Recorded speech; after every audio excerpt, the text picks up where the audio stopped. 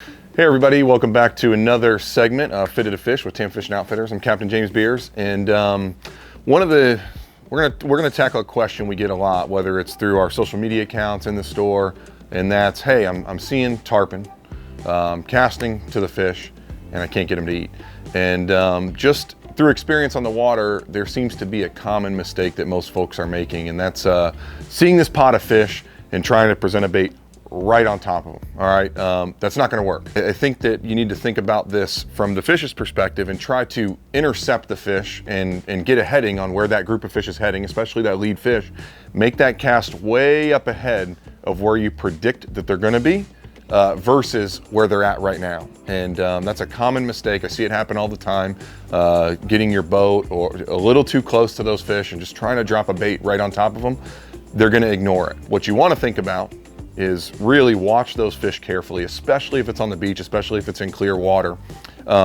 Take a second, stay off them, watch which way they're traveling. You're gonna notice that they're probably gonna keep a certain distance from the shoreline.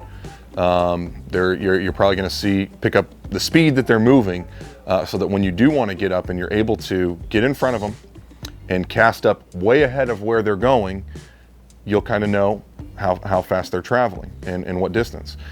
Once you've done that, go ahead and let that bait sit for a minute, especially, I think a common bait right now is an unrigged an unweighted soft plastic. So think about like a 5 or 6 inch jerk bait, maybe even a hoagie, a Z-Man, anything that's not gonna sink straight to the bottom. Put that bait out there and let it be there for a minute, and then when that pot of fish is getting close, then start to work it toward them, all right? Same thing could be applied with a big thread fin, a mullet, a crab, a ladyfish.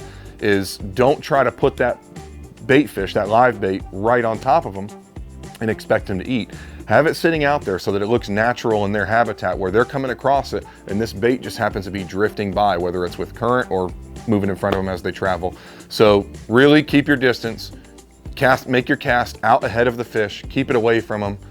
You should do fine. And as always, come on in, shoot us a question, drop us a line, come into the shop, talk to us here. We'd be happy to help. Thanks for tuning in to Fitted to Fish. Make sure you hit like and subscribe on the YouTube channel. Thanks.